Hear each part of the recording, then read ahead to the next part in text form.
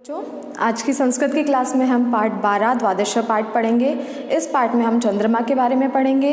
चंद्रमा अपनी मम्मी से स्वेटर की मांग कर रहे हैं। वो कहना चाह रहे हैं कि मुझे भी आसमान में ठंड लगती, मुझे भी एक स्वेटर दिला दो। तो जो ये पाठ है इसमें मम्मी और चंद्रमा के बीच में क्या बात हो रही है उसके बारे में हम पढ़ेंगे। तो सभी बच्चे अपनी बुक का पेज नंबर 142 ओपन करेंगे और हम इसको पढ़ना शुरू करते हैं। जैसा कि मैंने अभी आपको बताया कि अभी हमारा पाठ द्वादश है।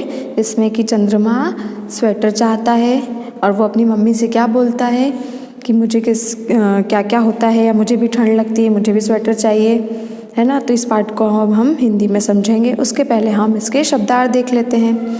आप देखेंगे अभ्यासः, यहाँ पे दिए हैं सारे शब्दार्थ।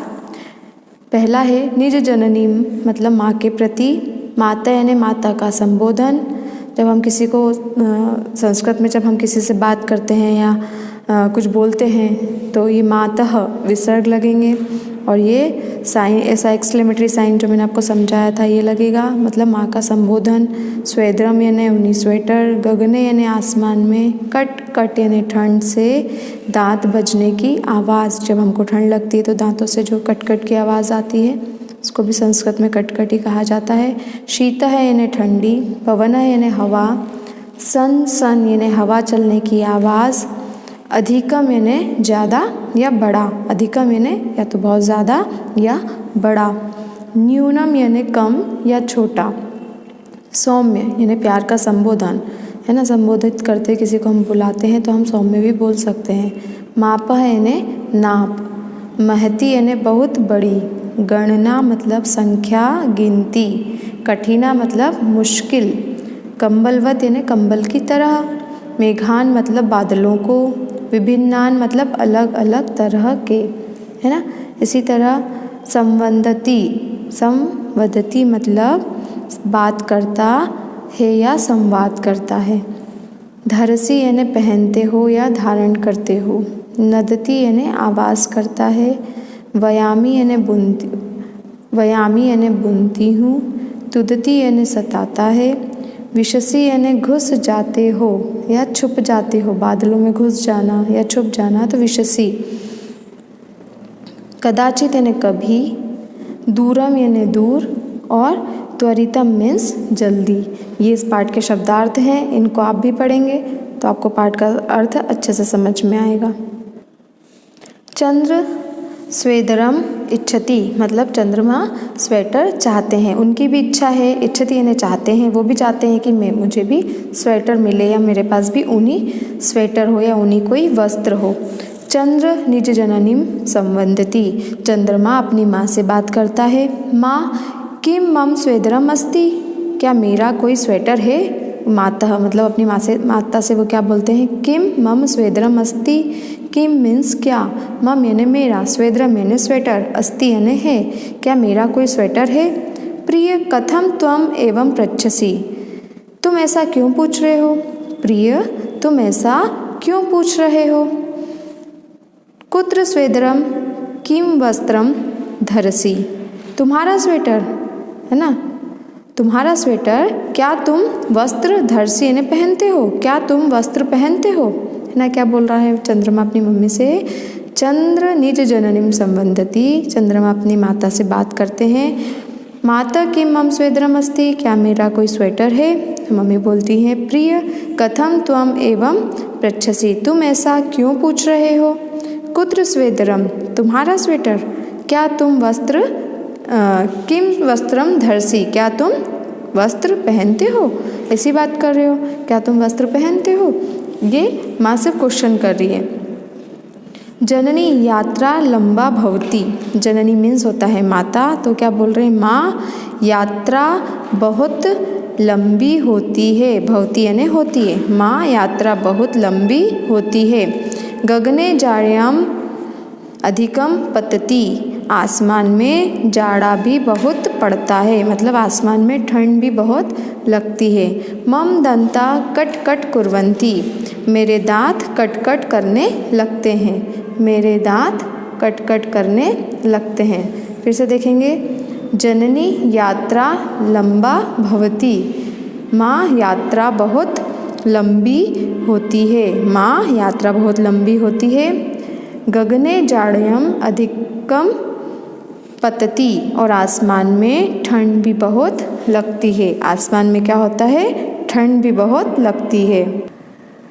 मम दंता कट कट कुर्वन्ति, और मेरे दांत कट कट भी करने लगते हैं। शीतः पवन सन सन नदति, और ठंडी हवा सन सन आवाज़ करते हुए चलती है ना। शीतः पवन, शीत यानी ठंडी, पवन यानी हवा, सन सन नदति यानी सन सन आवाज़ करते हुए चलती है।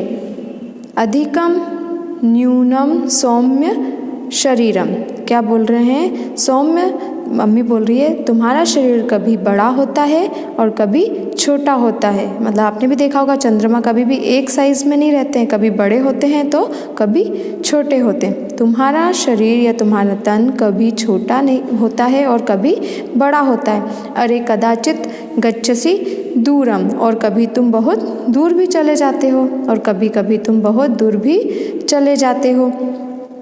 कह माप, है ना, कह माप तुम्हारा नाम क्या होगा। अपि महती गणना, और कितने जोड़े, कठिना रे तव स्वेद रचना, और कितनी जोड़ी, मुझे कितने सारे तुम्हारे स्वेटर बनाने पड़ेंगे। और तुम्हारा क्या नाप है? कभी तुम पास में रहते हो, कभी तुम दूर चले जाते हो, कभी तुम छोटे होते हो, कभी तुम बड़े हो जाते हो। अपि महती गणना, क्या बोल रही हैं? अपि महती गणना, मतलब तुम्हारे तो जो स्वेटर हैं वो बहुत बड़ी गणना, मतलब बहुत बड़ी गिनती में, बहुत ज़्यादा नंबर में बनेंगे। कठिना रे तव स्वेद रचना, बहुत कठिन है तुम्हारा स्वेटर बनाना, या बहुत मुश्किल होगा तुम्हारा स्वेटर बनाना, है ना। तुम्हारा स्वेटर बनाना बहुत मुश्किल होगा। आ रहा है समझ में? अगली लाइन देखेंगे।